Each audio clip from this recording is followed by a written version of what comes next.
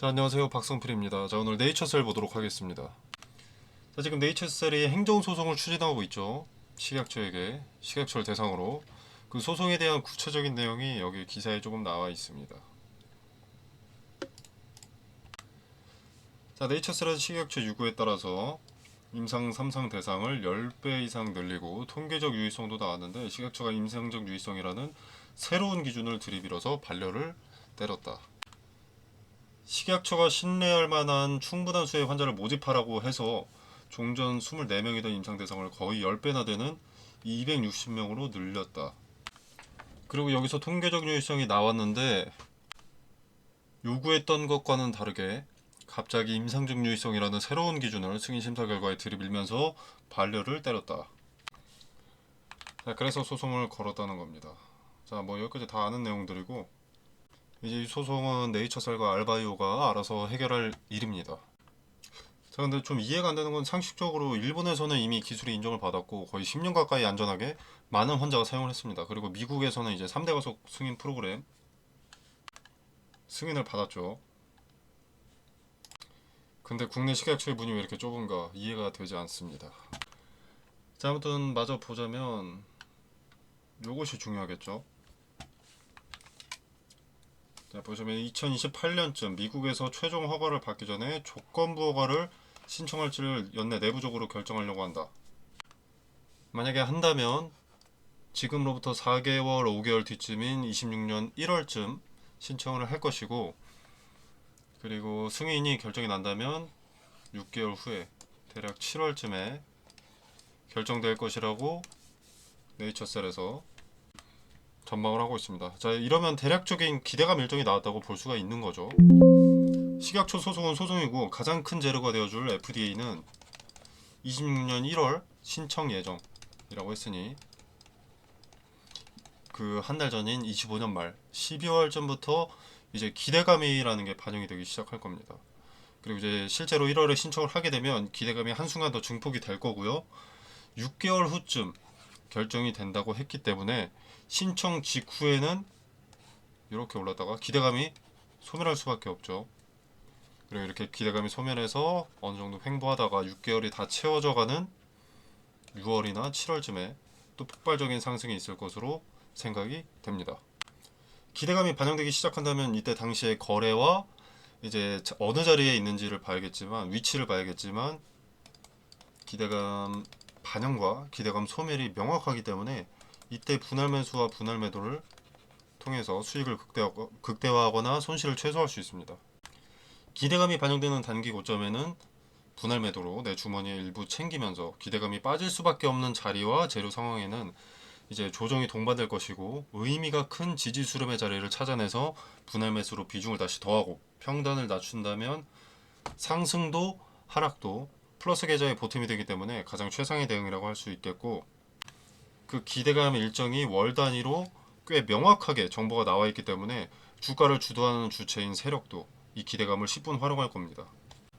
그래서 기대감 일정이 다가올 때는 확연하게 상승세가 돋보일 것이고 기대감 일정이 멀리 남은 요 사이 여기서는 주가를 침체시켜서 저점의 물량을 매집하려 할 가능성이 높죠. 그리고 이렇게 고점에 여기에서 매수했던 고점에 물린 사람들의 물량을 확보하기 위해서라도 올라갈 때는 방해가 되고 그리고 낮은 자리에서 물량을 뺏어야 되기 때문에 이렇게 침체하는 그림은 나올 수밖에 없습니다. 언제? 신청하고 기대감이 일부 소멸할 때 이걸 인지하고 수용할 수 있다면 이때는 기회가 되는 거죠. 자, 이 부분은 당시에 그 시점이 왔을 때 텔레그램 방에서 매수 타점, 매도 타점 그리고 각각의 타점을 잡은 근거 언급을 드릴 겁니다. 그때 한번 확인해 보시면 되겠고요. 자, 그리고 뉴스 조금만 더 보면 이 식약처는 법 규정에 따라서 임상적 유익성 등을 검토한 뒤 내린 결정이라고 했다. 첨단재생 바이오법령에 따른 허가 규정 제19조에서 임상시험 결과의 경우 임상적 유익성을 갖추도록 하고 있다 라고 했는데, 자, 그럼 이것 때문에 지난 5년간 첨단 바이오 섹터 승인이 0건인 겁니까? 기준이 과하다면 기준을 낮추던가, 낮출 수 없다면 자의적인 기준이 아닌 수치로 표현될 수 있는 객관적인 기준이 있어야 하는 거 아니겠습니까?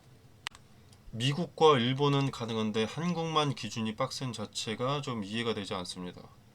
미국과 일본은 소비자들에게 필요하고 수요가 있고 안정성과 효과가 인정된다면 상식적으로 승인을 해주는데 국내는 승인을 안 해주기 위해서 노력하는 것처럼 보입니다.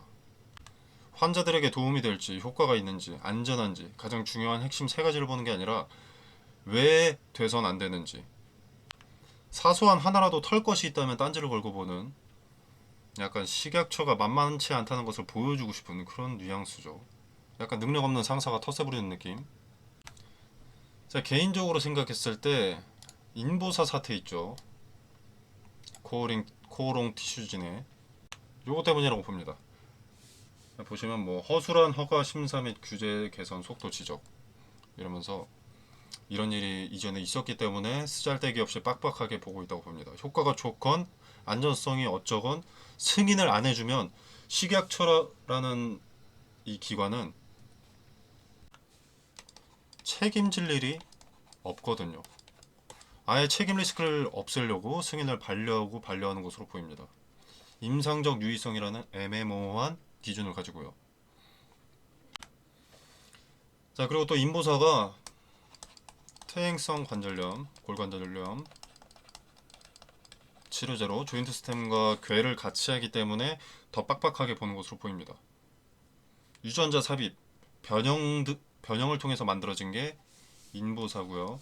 자가 줄기세포를 활용한 것은 조인트 스템. 차이는 명확합니다만 식약처의 입장에서 화살을 피하기 위해서 일단 첨단재생 바이오 관련된 것은 반려를 때리고 있다. 반려 사유로는 아주 강력한 무기인 임상적 유의성이라는 것이 있기 때문에. 자, 이렇게 보입니다. 개인적인 사견이고요. 자, 그리고 소송은 승소해야 합니다. FDA에서 혁신성을 인정받은 후보 물질이 국내 허가 제도가 글로벌 기준과 불일치한다는 비판이 지금 제기되고 있는 상황이죠. 자, 이게 조인트 스템이 만약에 폐소를 한다면 국내 바이오 기업들은 향후 식약처의 문은 두들기지 않을 겁니다. 그리고 FDA로 직행을 선택하겠죠. 자, 이게 무슨 결과를 가져오냐면 한국에서는 신약 개발 허가가 어렵다는 인식이 자리 잡으면서 투자자들, 자금 유입이 원활하게 되지 않겠죠. 돈이 빠져나갈 겁니다. 국내에서 다른 데로, 외국으로. 그리고 바이오 벤처 기업들도 이제 대한민국에서는 이탈하게 될 거고요. 그렇게 된다면 정부가 개입을 해야 할 겁니다. 그 전에 바로 잡아야겠죠. 그래서 승소해야 합니다. 자, 첨단재생 바이오법 시행 이후 실제 승인 사례가 없죠. 자, 근데 FDA나 유럽, 일본 뭐 이런 데서는 승인이 발생을 한다면 식약처는 책임 회피, 직무유기밖에 되지 않을 겁니다. 자, 그래서 꼭 승소하길 바라고요. 승소 가능성도 상당히 높다고 생각을 합니다.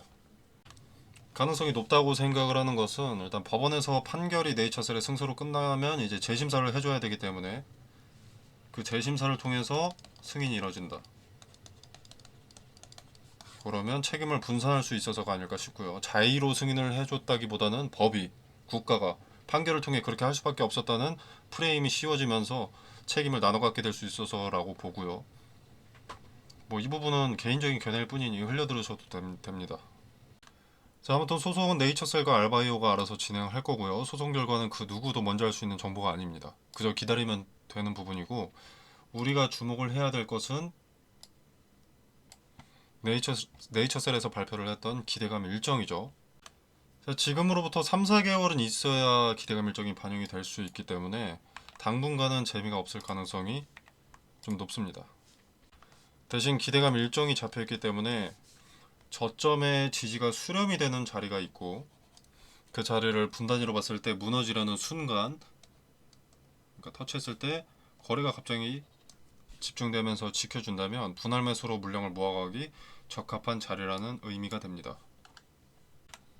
이렇게 평단을 낮추면서 물량을 더하고 기대감 일정을 염두에 두고 대응할 준비를 하고 있는다면 추후에 기대감 일정이 다가왔을 때 수익성은 크게 개선될 수가 있습니다. 자, 이 기대감 일정 관련된 디테일, 의미가 큰 자리들, 지지가 수렴된 자리들, 분할 매수로 유효한 자리들, 그리고 그 근거, 텔레그램 방에서 자세히 설명드리도록 하겠습니다. 자, 텔레그램방 참여는 영상 설명란에 보시면 여기 더보기 버튼이 있습니다. 자, 이 버튼을 누르시면 텔레그램방 링크를 기재를 해뒀고요.